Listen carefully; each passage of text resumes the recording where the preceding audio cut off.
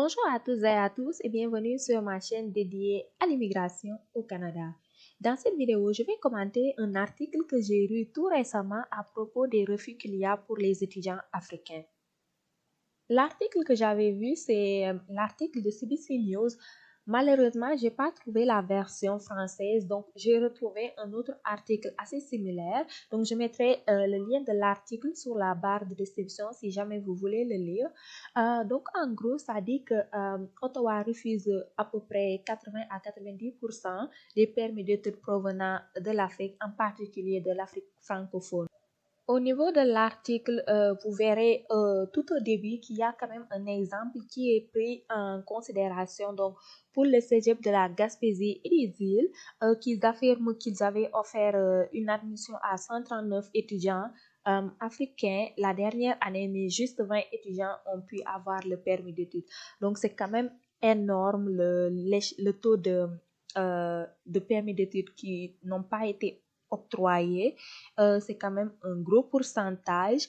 Par contre, ça ne détaille pas pour quelles raisons ces étudiants n'ont pas pu venir. Est-ce que c'est un refus total de leur permis d'études ou c'est juste peut-être qu'ils se sont pris un peu en retard pour obtenir un permis d'études? Parce que quand même, il faut être un peu objectif. Il y a certaines personnes qui vont déposer leur permis d'études très en retard vers juin.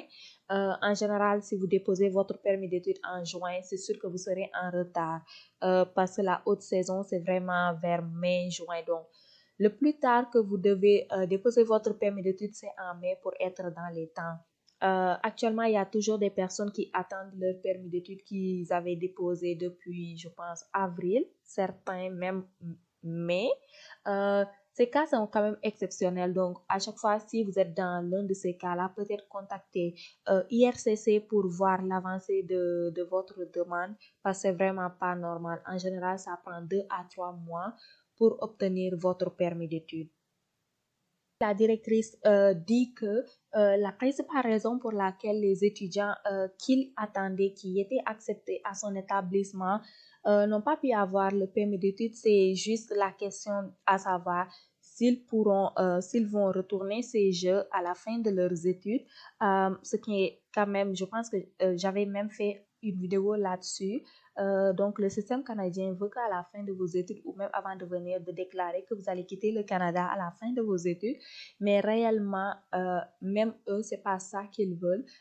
Et actuellement, il y a beaucoup de gens qui sont refusés à cause de cette question-là. Beaucoup se font refuser. Je vous avais dit à l'époque de quand même faire une lettre explicative pour au moins contrer cela et le signer parce qu'actuellement, il y a vraiment beaucoup de refus à ce sujet-là.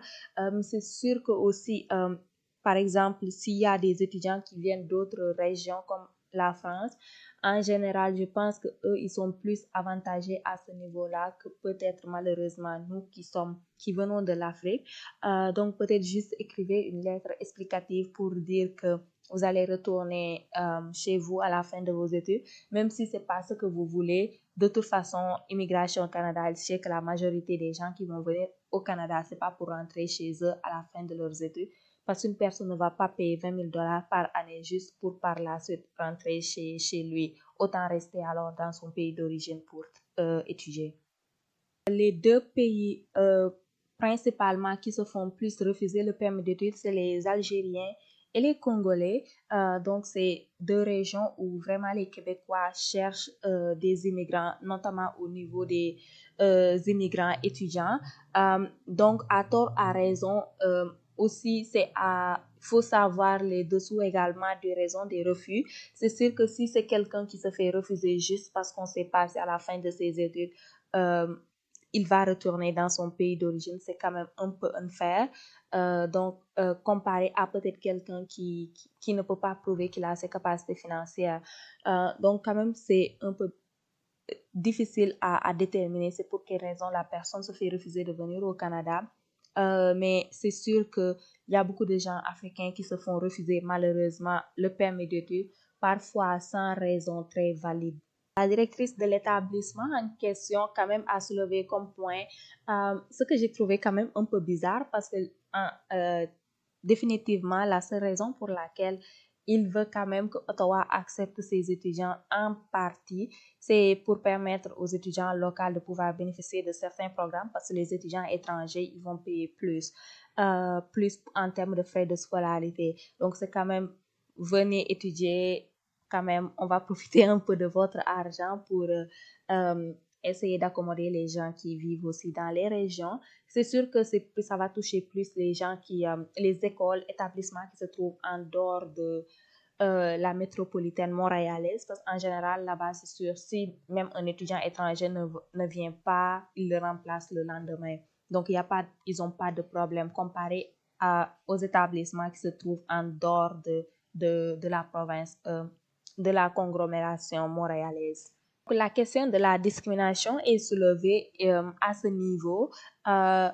Ottawa, donc le gouvernement fédéral, donc si je parle d'Ottawa, c'est parce que IRCC pour le permis d'études, c'est Ottawa, en fait, la capitale canadienne qui octroie les permis d'études. Donc, c'est ça quand on parle d'Ottawa. Donc, ils disent que Ottawa pense également qu'il y a la discrimination, comme le pense le gouvernement québécois. Maintenant, ils ont dit qu'ils vont essayer quand même de résoudre ça dans les plus brefs délais, peut-être dans les années prochaines. Mais en date d'aujourd'hui, malheureusement, ils pensent qu'il y a cette discrimination-là contre les étudiants qui viennent de l'Afrique. Ottawa a pris à peu près 35 mesures, il me semble, d'après ce que j'ai lu, pour essayer de résoudre cette discrimination-là, espérant que ça va se résoudre très bientôt, donc en partenariat avec les établissements d'enseignement. Mon humble avis, je pense que l'immigration au Canada sera de plus en plus difficile. Déjà actuellement, les étudiants qui sont là, qui ont fini leurs études, à l'époque, dès qu'ils finissaient leurs études, ils pouvaient directement déposer la CSQ. Maintenant, il faut attendre un bon délai pour pouvoir déposer la CSQ au Québec. Donc déjà, au Québec, ça devient de plus en plus difficile. Comparé surtout aux autres provinces, actuellement, l'immigration au Québec, c'est énormément difficile pour accéder à la résidence permanente à la fin de vos études. Les autres provinces aussi, c'est assez compliqué. Pas aussi difficile que le Québec, mais quand même assez compliqué. Donc, je pense que là où on s'en va, c'est que l'immigration au Canada sera de plus en plus difficile et beaucoup de gens seront refusés malheureusement. Là, Ottawa quand même veut que pour les prochaines années, presque 500 000 nouvelles immigrants arrivent au Canada. Par contre, Québec a sa propre politique immigratoire. D'après ce que j'ai lu également, eux, ils disent qu'ils ne veulent pas beaucoup d'étrangers actuellement aussi. Donc, c'est ça aussi, chacun se plaint, mais chacun ne veut pas aussi. Donc, je pense que d'ici les prochaines années, quand même, l'immigration, venir au Canada sera très hyper difficile. Donc, si vous avez la chance présentement de venir au Canada, tentez votre chance, soit ça passe, soit ça casse. Donc, déposez. Si vous avez de bonnes notes aussi, n'hésitez pas à déposer pour les bourses. D'après ce que j'ai lu, ils disent aussi que il y a certains étudiants, même avec leur bourse d'études, ils se font refuser pour capacité financière. C'est pas sur cet article, mais l'autre article qui est écrit en anglais. Donc, c'est quand même aussi assez bizarre. Mais c'est ça. Donc, si vous avez la chance actuellement et que vous le pouvez, tentez votre chance et essayez de venir. Parce que là, je pense que c'est même partout dans le monde. Il y a une crise migratoire assez importante, assez forte. Donc, les pays, je pense, vont essayer quand même de ne plus prendre autant d'immigrés. Le Canada, ils disent qu'ils veulent, au fond, augmenter la population immigrante. Je pense qu'ils le font, mais peut-être plus au niveau des travailleurs qualifiés, ces genres de choses, ceux qui accèdent directement à la résidence permanente et non pour les étudiants étrangers, malheureusement. Donc, à voir ce qu'ils ont pris, les mesures qu'ils ont prises, à quoi ça va aboutir. J'espère que ça va aboutir à quand même à ce que la discrimination s'arrête parce que c'est pas normal quand même que peut-être les autres nationalités aient leur permis d'études plus facilement que quelqu'un qui vient de l'Afrique s'ils ont le même dossier.